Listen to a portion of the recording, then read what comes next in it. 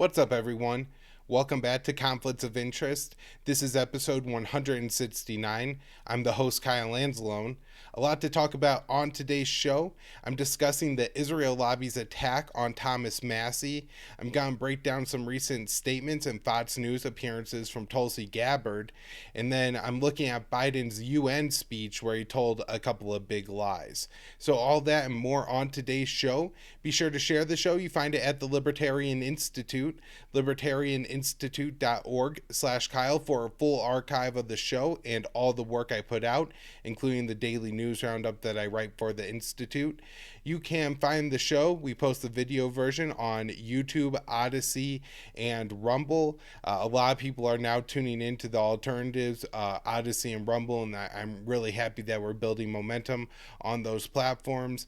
We post everything that we put out on our Twitter account at @con_interest, the Facebook account, and the MeWe page, both just called Conflicts of Interest. You could donate to the show at Patreon or Subscribestar, or you could find the crypto information in the show notes page. A great way to help the show is by doing your CBD shopping at Paloma Verde. Paloma Verde has been the sponsor of the show for almost a full year now, and it's been an absolutely great partnership. Carlos and his wife Vanessa run an absolutely great company with Paloma Verde. I've never had anybody who bought the product give me anything but great feedback. They have a bunch of really great products, topicals, which I really like. When I have some back pain, I just rub a little bit on. It works really fast. It lasts a long time. But they also have gummies, which are good if you just want to ease a little anxiety, maybe feel a little bit better, but also extracts and soft gels for a little bit higher doses. So tons of great products at Paloma Verde. Everything's high quality. They have the lab test results right there on their website, and when you buy through the link for the promo code for the show, which is PEACE, PEACE, then you will get 25% off and the show gets a kickback. So be sure to help out the show and get your great CBD products at PalomaVerdeCBD.com. All right, now let's get into it. With the first of the Tulsi clips I have here are her statements that she made after returning from her deployment to somewhere in Africa. I don't think she has gotten into a whole lot of details what that was. But in this first statement, you'll kind of get the tone that we'll have for her later appearances on Fox News. You haven't heard much from me lately. I've been gone for the last 4 months, serving on an active duty tour and deployment to Africa as a civil affairs officer. I was supporting a special forces mission to go after Al-Qaeda affiliated jihadists. Now, every single day, it was truly my honor to work with incredible patriots, experienced, focused warriors with an unwavering commitment to serve our country. We should never forget that no matter the decisions that the politicians make or the careerists in the Pentagon make, it is our men and women in uniform who selflessly and quietly defend the safety, security, and freedom of our country every day. So, I'm sure all my listeners know, and I really don't need to explain that to you, that this is just straight up Pentagon propaganda, that our soldiers are right now running around Africa, chasing down Al-Qaeda terrorists who are planning attacks in the United States. And if it wasn't for them, we wouldn't be free and as safe and as able to do all the great things that we do. I mean, this is the same kind of stuff that George Bush said after 9/11, and it's just completely absurd. We shouldn't have believed it then, but now we have 20 years and we definitely shouldn't believe it. And so when I saw this, I think this was like mid-September, maybe 2 weeks ago, she put this out, I was pretty taken back. And me and Will on the show had already broken down her 9/11 statement, which was again very hawkish, but still, if you remember back to the campaign, I thought maybe with the backlash that she had gotten from her 9/11 statement that she would move back towards the rhetoric that she had when she was running for president, which was about defending the regime change wars. Now, whenever me and Will talked about her during the campaign season, we would always mention that, hey, like, she's pro fighting terrorists and fighting wars against terrorists, but at least she's against the regime change wars. And in fact, that's really all she's talking about. And so, that's why it's really easy to, say good things about Tulsi Gabbard. And, she was actually making not anti-war points, but, anti-regime change war points on the campaign trail fairly frequently, and with the authority of being active duty and having served in Iraq and now in Africa, at least those two deployments. That kind of carries a lot of weight when she's saying that we don't have to wage these wars. However, she's always been, we have to wage wars against the terrorists. And, I'm not saying that there are no bad people in the world who want to harm us. However, I think that Tulsi Gabbard should, try to think a little bit about if they're, these people in Africa are really international jihadists, or are just groups have, declared themselves loyal to different international terrorist groups because they are terrorists and maybe not international jihadists that want to come to America or anything like that, but being a part of Boko Haram or ISIS or Al-Qaeda is probably good marketing, and in a very disturbing way in some parts of the world that's going to help get you funding and everything like that. And these certainly are, if you're going to pledge your loyalty to Al-Qaeda or something like that, you are Muslim. But she really ties it that it's the Islamic jihadist groups that are trying to take our terrorists that are coming after America. And these groups just really don't exist in Africa. I've had Danny Shershin on this show to break down like several of these issues in the Sahel region of northern Africa, which is, I'm guessing, about where Tulsi Gabbard was deployed. I think she mentions East and West Africa, so that's probably like from Somalia to Nigeria, or some maybe Mali, these areas of Africa where the U.S. has long been involved in, their kind of neo-colonialist projects, as well as France. And, Mali is known as France's forever war, which we've talked about again with Danny on the show, and the U.S. has always supported that. In fact, we just this week had Secretary of Defense General Lloyd Austin talked to French diplomats and let them know that we will continue our support for those missions. And so it could have been that Tulsi was a part of. She's not, obviously, since this was especially special forces, and I think she's acting somewhat as the Pentagon's puppet. I don't think she's going to get into too much detail of exactly what she was doing, because then you could really start to break down and undermine, because in a lot of these places like Mali, like Nigeria, like Burkina Faso, there are groups that do have sworn loyalty, or are members of like the Islamic State West African province, or Al-Qaeda in the Islamic Maghreb, or Boko Haram. However, when you look at what's actually going on here, that these are just international names that different groups, local groups, have attached themselves to, and they're not interested in carrying out international violence. They're interested in carrying out violence against the ethnic groups within their own country or own region. I'm guessing that to some of these people, the border between Nigeria and Burkina Faso and Cameroon and all these countries are they're not that important, right? The ethnic groups are important. And so a lot of these attacks are, reprisals between herders and farmers and different groups like that. And that's how it's breaking down. And Tulsi Gabbard just straight up conflates this. Like, it's Al-Qaeda in the Arabian Peninsula and Yemen that has actually, in the past tried to plot attacks in the United States and things like that. So that's one really bad thing, and it sets the tone for the next clips. Now, I know people have, and Dave Smith is a big name libertarian, has already broken down her clip from Tucker Carlson, but I really do want to talk about it, and I want to get into it in detail as well, because again, we talked a lot about Tulsi during the campaign and broke down her clip so she was saying good things, so I definitely want to do it when she's saying negative thanks things. So much for coming on. So you get to lie, I mean, this will not shock you because you've seen it so much, but you get to lie about the loss of human life, you get caught, and nothing happens to you? What kind of system is that? I mean, this kind of accountability is critical. I want to point out first that anytime there are civilian casualties in war, it is tragic and terrible. Yeah. War is a terrible thing, and I think it's important for the American people to understand that Islamist jihadists are continuing to wage war against us.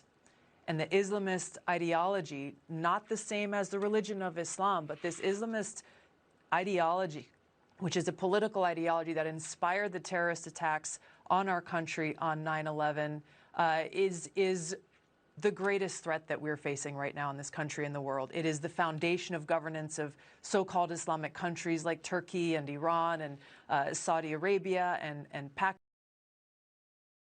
And it's what's behind the discriminatory policies that they have in these countries against Christians, Hindus, Buddhists, atheists, and others. So as long as these Islamist jihadists are waging war against us, we have to work to defeat them militarily and ideologically. And militarily, we have two choices in how we do that. Number one, we can continue to invade and occupy and nation-building countries around the world, just as we did in Afghanistan, at great cost. Number two, we can take a targeted approach using airstrikes, using our special forces to go in and go after these terrorist cells. The reality is that the cost to the American people, the cost to our troops, the cost to civilians will be far less if we take this very targeted approach to go after these jihadist terrorist cells than if we continue making the very same mistakes that we saw in Afghanistan and other parts of the world of invasion, occupation, and nation building. Congresswoman, thanks so much for coming on.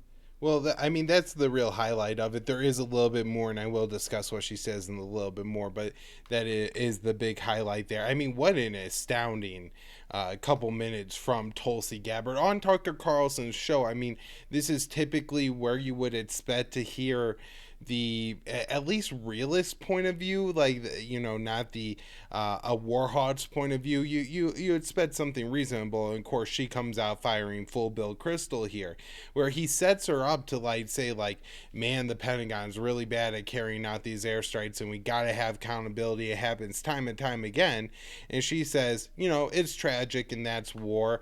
And you know, I do for you know in some way appreciate that just kind of honesty that like war is hell and bad, but that can't be an excuse to just murder people around the world, and that's what she continues to do. And of course, again, she chalks everything up to the Islamist ideology, which that, you know, is, I guess, a fancy way for her to say international jihadists or something like that, like people who wish to target the West. Although even then, you know, you could just look at like the statements from people who engage in this kind of international jihad, and it's not really a basis in Islam, but rather solidarity with other Islamic people, right?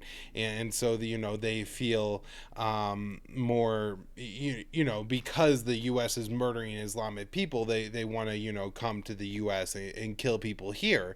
Not that I'm not trying to justify that or anything, but that's what it is, right? And so, you know, Tulsi is kind of making it sound like they murder people because of the religion of Islam, when no, it's because they, you know, feel solidarity and they're retaliating because so many times the West has attacked them, and you know, they see themselves in the middle of a war between themselves and the West, even if, you know, people in the West don't necessarily understand that, because of course they're, you know, in no way being targeted by this conflict. So, you know, that's a big part of the crux of it. Now, then she goes into this like unhinged part where she says Islamic countries, Turkey, Iran, Saudi Arabia, and Pakistan, where, you know, maybe it kind of makes sense to like, you know, lump Saudi Arabia and like Pakistan as like kind of similar Islamic countries or something like that. Although, you know, Pakistan does have some kind of election system, even though it's a country with a lot of military and, you know, institutional control. Turkey, again, is a country that does have an election system and is sometimes called like a Muslim democracy, although in recent years the president there, Erdogan, has usurped so much power that I think it is kind of incorrect at this point to really, you know, say that they have a functioning democracy there in Turkey. But, you know, these are very different countries that she's talking about here. And of course, Iran is a Shia country that, as oftentimes in the past, couple of decades, found itself at odds, the U.S. allied with these other countries against Iran. And so all this seems relatively, significant in context that Tulsi is just, completely leaving out. And then, she really does try to make it out to be like there's an Islam against the world issue, right? Where, the rest of the people would be able to live in peace. And she says, I think the Christians, the Hindus, the Buddhists, and the atheists. But of course, I'm sure she means everyone but the Muslims, and this is just completely stupid and disappointing to hear Tulsi say. Now, then she presents this false dichotomy because she's worked up the fact that we have this inherent problem with Muslim people, that they're some of them are just going to be violent because of their ideology, not because of the fact that the U.S. has, waged war against them for the past, decades. And she then says, so we have two options. We can nation build or we could drone strike them, which of course are going, either option is going to create more terrorists. Now, between the two, if somebody said, Kyle, we're either going to invade Iraq or we're going to carry out a drone strike there. Obviously, a drone strike is better than invading Iraq. The two, you really can't even compare. However, they are both war, right?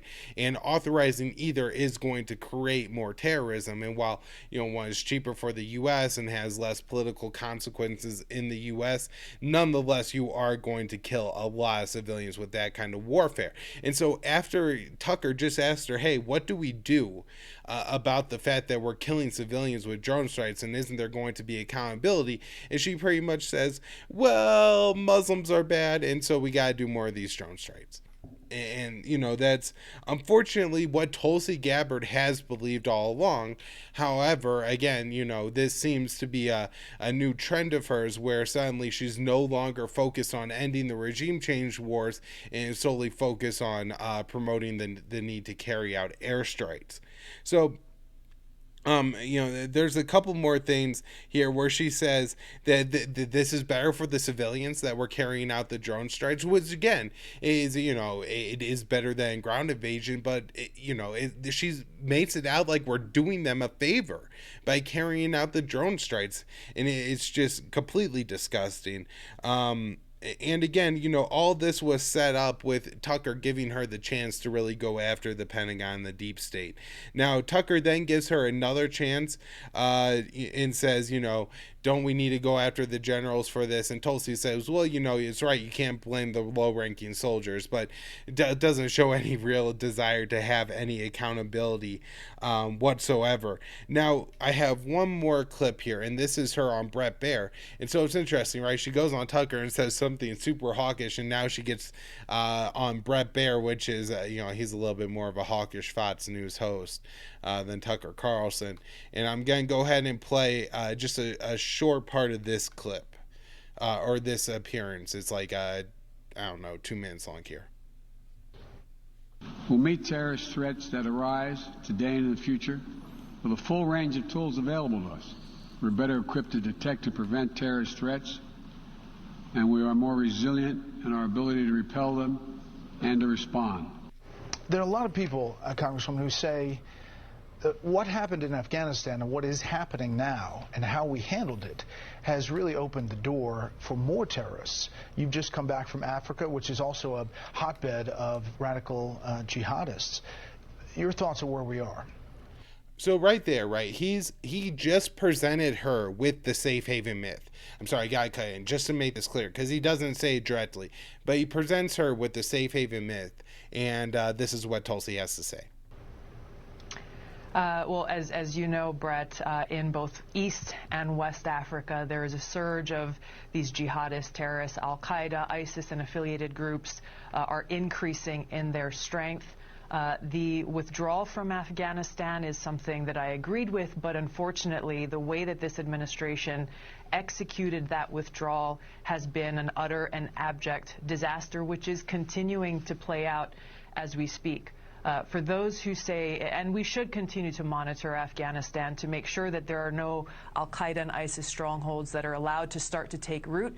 If we're seeing that that's starting to happen, then we need to go and take them out. But we should not be under the illusion that this is a problem that's only limited to Afghanistan. And the proof of that is that Al-Qaeda, for a very long time, has been able to get refuge and actually have training camps and support in Pakistan, which is a problem that not only hasn't been addressed, but we've seen the United States continue to support Pakistan in spite of this known fact and reality. So this is a bigger issue here that really needs to be addressed. Right, so here we have a situation where she, again, is set up with the safe haven myth and does this redirection where she goes first. There's jihadist groups all over from East to West Africa, which has nothing to do with what he asked. But she wants to make sure before she says that she did support the withdrawal and say something that's not hawkish, she wants to make sure that first she sets herself up by saying something very hawkish. And this is just completely untrue. You know, there again, and I talked about this earlier when she talked about just getting back from there. But, you know, all these groups from Al-Shabaab to Boko Haram, I mean, yeah, they're going to do terrible things like kidnap, you know, hundreds of school children. They're going to go into villages with machetes and carry out massacres. They're going to, you know, set bombs on roads and all this kind of stuff. Terrible, terrible things. I'm not saying it's okay, but there is a difference between somebody doing terrible things to like the village next door because they hate that ethnic group and then being willing or able even to come to the United States and do anything to America. And she just conflates the two absolutely completely. And so, of course, that, you know, that's a big part of the problem here. But then, you know, she doesn't even say, but listen, you know, there wasn't anything unique about 9/11 that was plotted or planned in Afghanistan. Yes, Osama bin Laden was there, but the actual attack was planned in Karachi and in Hamburg, Germany, and in San Diego. And the pilots who hijacked the planes got their flight training, I believe, like in Minneapolis and in Florida. And so, you know, we should just be aware that, you know, there's nothing particular about Afghanistan that creates a need terrorists or anything like that, right? Like debunk the safe haven myth. But then she says, while I support the withdrawal, it was done disastrously. And so it almost sounds like, and while she doesn't confirm that she's saying that this is what she thinks, it really does sound like, you know, what Tulsi Gabbard thinks is that the disastrous withdrawal create a situation where Afghanistan, you know, like all over, you know, East and West Africa, you're going to have these jihadist groups running rampant. And that's just not true. And Tulsi should know better. And so really what you're having here is Tulsi Gabbard start to put forward the policy position of Joe Biden. Right? She's essentially talking about here what Joe Biden wants to do going forward in Afghanistan, which is wage the over-horizon capabilities and target the jihadists. And Biden also wants to do that more in Africa, which, you know, Tulsi is totally on board with and, you know, was just a part of that mission. But here, you know, she's promoting it on our cable TV networks. And so I think that's most of what I had to say on Tulsi. Also, in the Brett Baer interview, she's asked about the migrants at the border. She takes a very, I would say, like kind of Republican-sounding stance, but just maybe you could even say just not an open border stance. I don't know, however you want to take it. But you know, this is another place where Tulsi Gabbard could talk about the disasters of America trying to go around the world and build regimes and how it ends up destabilizing those countries, and especially when you do that in our own hemisphere, those people end up at our own borders where, you know, they would have been living lives in their own country had we not wrecked it. And so this is, you know, a way that she could say something not hawkish, but rather, you know, she just kind of moves forward with almost a Republican talking point sounding narrative. And so I don't know, I think Tulsi has essentially revealed herself now, and she is no longer going to try to like hide under the cloak of, you know, being anti-regime change wars, and she's just going to talk about how terrible the terrorists are. You know, one of the things she could have at least mentioned in all this was, look, we still got to get out of Syria and Iraq and stop supporting the war in Yemen, but nothing about that. All about just, you know, Muslims are bad and we got to get the terrorists. So those were my thoughts on Tulsi Gabbard. Now let's get into this Thomas Massie stuff, where he put out Massie actually retweeted this ad that he, I guess, came across, or somebody had sent him from, I believe, Twitter. And sponsored by AIPAC, which is, the main Israel lobby in the United States. They donate money to politicians and they run these hit pieces. And this one says, efforts to cut ag conditions or restrict America's strong bipartisan commitment to Israel will only harm America's national interests. And it's, the actual meme itself says, when Israel faced rocket attacks, Thomas Massie voted against the Iron Dome. And then they want you to sign a little thing that says that you stand with Israel, and Thomas Massie does not speak for me. And then, of course, on his tweet, Thomas Massie puts, how is this not foreign interference in our elections? Which I think is a pretty fair point, or some people did point out that is, true too, that, is the American Israel Political Action Committee. And so, there is an American part to this, but it is promoting, it promotes the general welfare of Israel. It's talking about a country that's trillions of dollars in debt, needed to send, me and Will broke this down on Monday's show, by the way. This is, we broke it down, the AOC segment, where she voted present on this House bill that authorized $1 billion in aid to Israel for their Iron Dome. And, by voting president, she refused to vote against it. And the only Republican no vote was Thomas Massie. And so this is what he's taking the heat for. Now, this is really important. And, we've made the point time and time again. But, they come up with names like Iron Dome, and they say that these are defensive, that stops Hamas rockets. But this is a situation where Israel is, this is acknowledged by the Human Rights Watch, a major American international, I think it's American New York based international human rights group, right? They say that Israel is an apartheid state, right? This isn't like Kyle Anzalone just reading some Palestinian media and agreeing that, the Israelis must be doing bad things or anything like that. I'm, talking about major groups that have now said this, and also what I've been able to observe and read in the, the way that Palestinians are treated, the conditions of Gaza, the way that, if one rocket or incendiary balloon, which is just like a balloon that has some kind of flaming device attached to it, flies over the border and starts a brush fire, Israel comes with, an advanced American aircraft and drops a couple 500-pound bombs on Gaza. There's just massive disparities here in what's going on. When you look at, the living conditions and, just the number of Palestinian protesters that are shot at the border with Gaza, you understand that there really isn't any way to support Israel in self-defense because it is actively oppressing the Palestinians. You just can't do it. And so by any way voting to give more military aid to Israel, you are supporting that occupation. And Thomas Massie bravely stood against it, voted no on that, was the lone Republican no vote, which is, the one of the most important things is to have the votes coming on both sides of the aisle. Now, I do want to just clarify that, Guy gives some praise here, particularly to Reps Omar and Tlaib, who take additional heat on this because Tlaib has Palestinian ancestry, and of course Representative Omar is, a Muslim woman that regularly, covers her hair and will wear a hijab or something like this.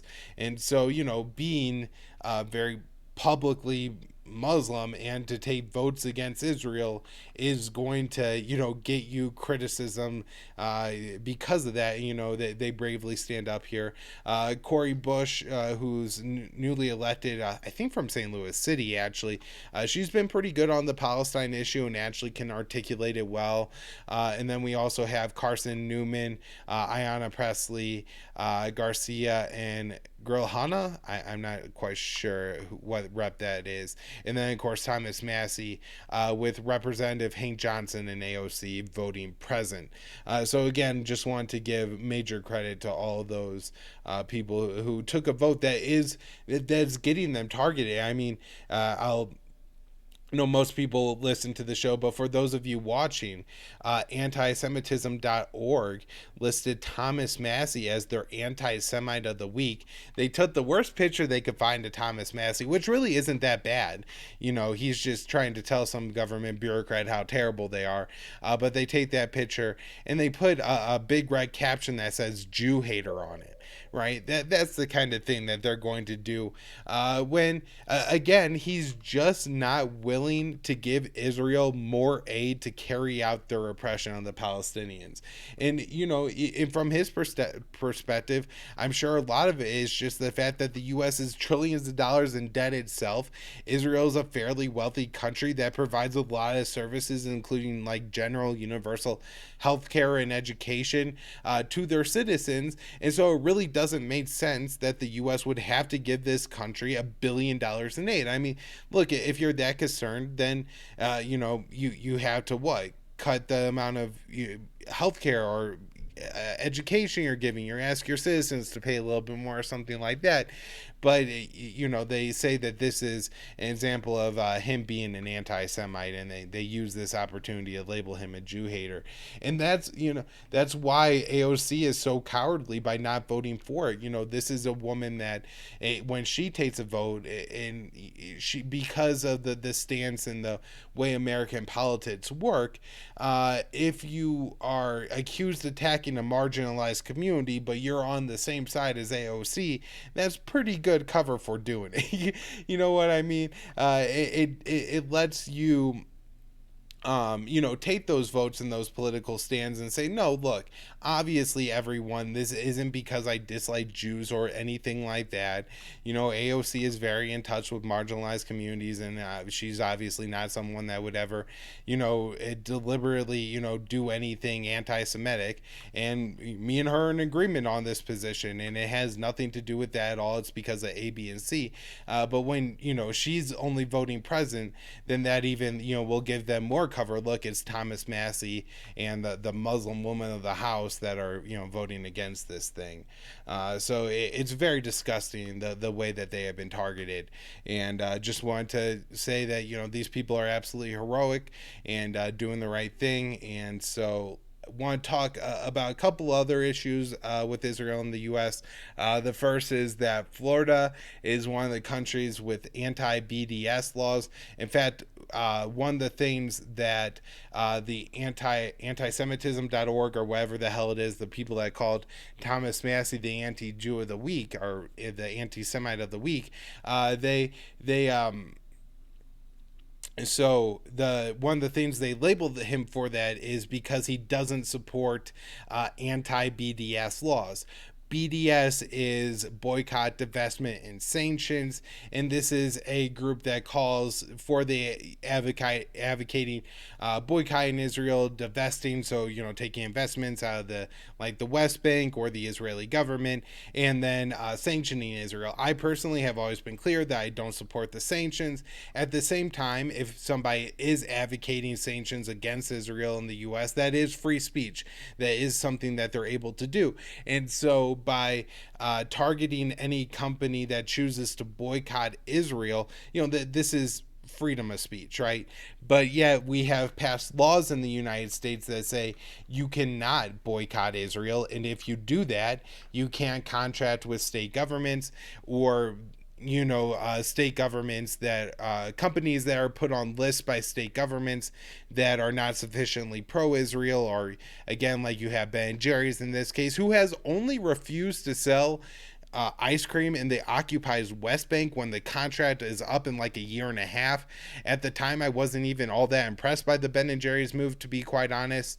Again, I should always say that one of the founders of Ben & Jerry's, Ben Cohen, has donated to antiwar.com, where I am currently employed, or I'm a contract worker. And anyways, but just to say real quick here that they passed laws to say that because Ben & Jerry's is now not loyal enough to Israel, they the state of Florida won't invest in them. So Florida is divesting 139 million because of this, but Florida isn't alone, and they're divesting not in Ben & Jerry's. It's the parent company Unilever that owns it. New Jersey is also divesting. I'm not quite sure how much. I'm not. Dave DeCamp says 182 million that they will be divesting. Also, Arizona is divesting 143 million, and Texas is the last to join the list, and they're divesting about $100 million from Unilever. So, this is a somewhat bold stance to take, even again, if I don't think the actual move itself, just not selling ice cream in the West Bank, was all the occupied West Bank settlements was all that significant. But at the same time, the reaction to it has is going to cause about 150 or so million dollars, maybe a little bit, 600 million, 600 million worth of Unilever's stock to be put on the market, which will probably hurt and cost them a little bit of money.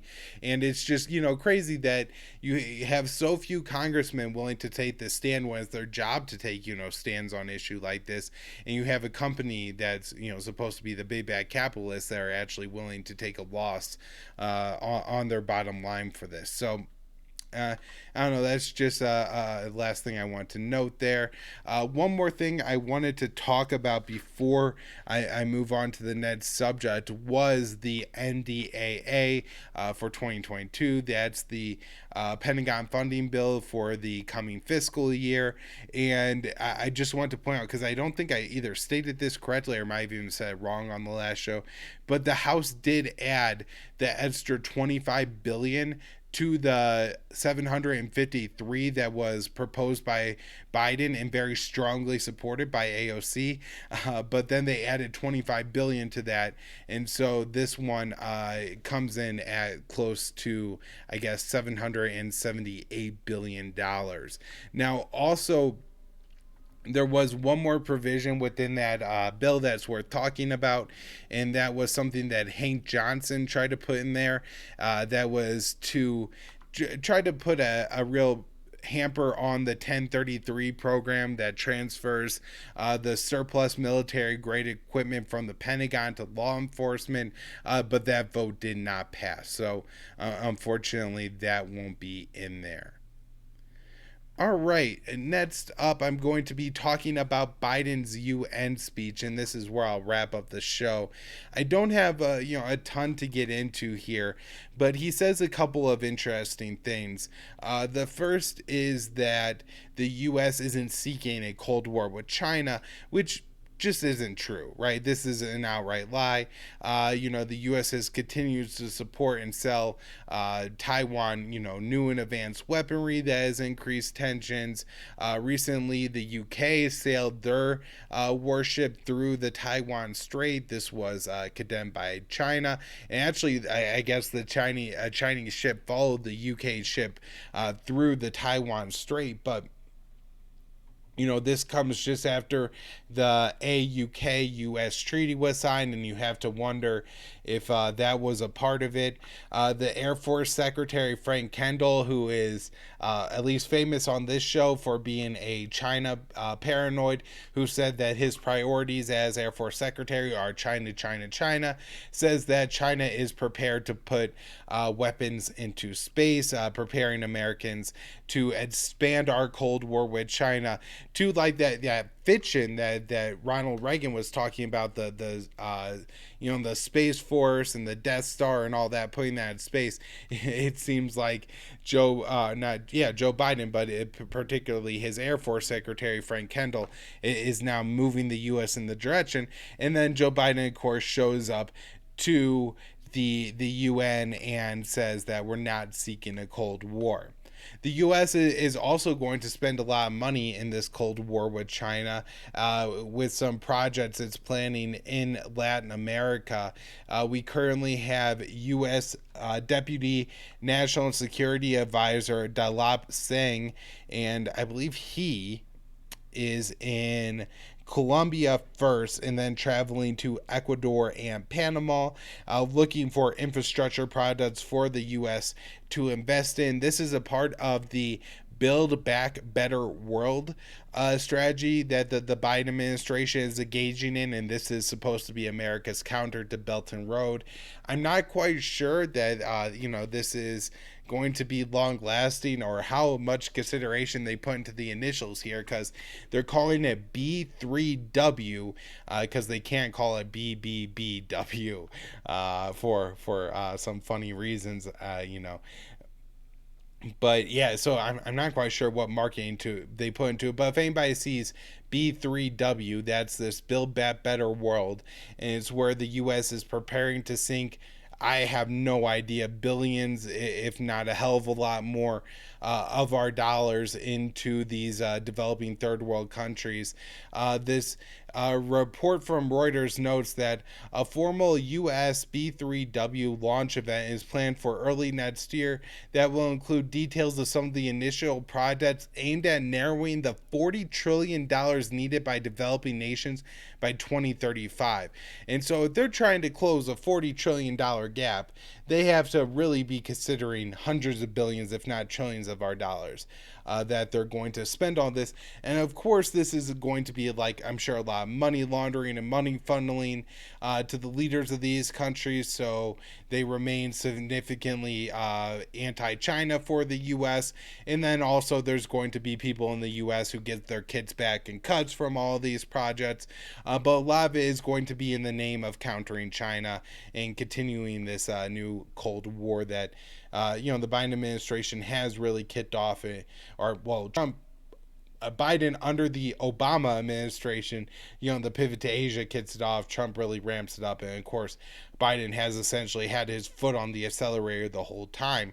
Now, one thing to note about this, and something maybe a little bit positive between the U.S. and China, although I don't want to make too big of a deal out of it, but the Huawei, which is a major Chinese tech company, their chief financial officer, Meng Wanzhou, has been held in Canada for, I think, nearly 3 years now, 2 years and 10 months, under charges of violating U.S. sanctions against Iran. And while she was under home confinement for part of that time, I think she actually served part of it in jail, she's finally been released, and it was under an agreement with the U.S. Justice Department, where it has decided to defer the prosecution with Meng, and they, I guess, came to this agreement where 4 years from now, or 4 years from the date of her arrest, which is about 14 months from now, just over a year, that this deferred prosecution will be dropped, so long as, I guess, the U.S. doesn't recharge her for this during that time. What they allege is that Huawei, in connection with their Iranian-based subsidy Skycom, were violating U.S. sanctions against Iran. Of course, this is all ridiculous and not a real crime, and it was destroying in I think largely done by the Trump administration, just vindictively against China in the middle of the trade war. They saw an opportunity. They got Canada to arrest this woman. It shows how, critical and how much Canada goes along with the U.S. empire. That's, something that I kind of took from this whole thing. But in the end, the U.S. wasn't able to maintain this. Now, one of the things that China did after Meng was arrested is they arrested what I guess if you're a Canadian, you would probably know as the two Michaels. It's Mike Sparver and Michael Corvin. And I gotta say, I don't know anything about these guys. They could be friends. They could not know each other at all. Could be a coincidence that both of their names are Michael entirely. But after Ming was arrested, they were arrested in China, and then they were finally released and allowed to leave after Ming returned to China. There were also 2 Americans who were not arrested in China, but were held there for the past about 3 years. They weren't allowed to leave, and so they were also allowed to go. All right, now the real big whopper from Biden's UN speech, and I'm gonna wrap up the show with this. Probably only gonna talk about it for a couple minutes because everybody knows it's not true. But if I'm talking about the UN speech, I gotta do it, so I'll go ahead and play the clip. I stand here today for the first time in 20 years with the United States not at war. What? Mr. Biden, the U.S. isn't at war. Now, come on, you were just bombing Syria last week. The U.S. talked about carrying out anti-ISIS raids in Syria. You have Tulsi Gabbard, who just, she's at the duty. She says she just got back helping the U.S. fight Al-Qaeda from East to West Africa. Still U.S. troops in Iraq. You're helping the Saudis and, aiding the war in Syria. How are you going to say that the United States is not at war for the first time in 20 years? This was just a completely absurd statement. And, it was one of those things where you think maybe he missed the word in Afghanistan or something like that. But he goes on to make it clear that no, he actually says that the U.S. is not at war, which is just completely untrue. And of course, I'm sure is insulting and infuriating to the millions of people, across Africa and the Middle East who are currently suffering under U.S. warfare. But one of the amazing things about it was this wasn't also a situation where Biden seemed like he was giving up at the end of his speech and just trying to ramble on to get out of there. He was pretty fiery at this point, given one of the better speeches that I've actually seen Biden give, just from not from like an I agree with it perspective, but from he sounds convincing and like a political leader. And and so this was absolutely shocking to me. You have to wonder, just how much the Biden administration is willing to lie right to the faces of the American people at this point. And it's really disturbing and concerning. That's where I'll wrap up for today. I hope everybody's enjoying the show. Be sure to keep hitting the share button and getting it out there to new listeners. The show is growing, and I'm super excited about it. Me and Will are constantly talking about how much the show is doing well. So please, guys, just continue to like, share, subscribe, rate, review. Tell people about the show, whatever you could do. If you really like it, you really like what we're doing here. We are putting out a ton of content, so think about donating to the show, and we'll be back with more shows later this week.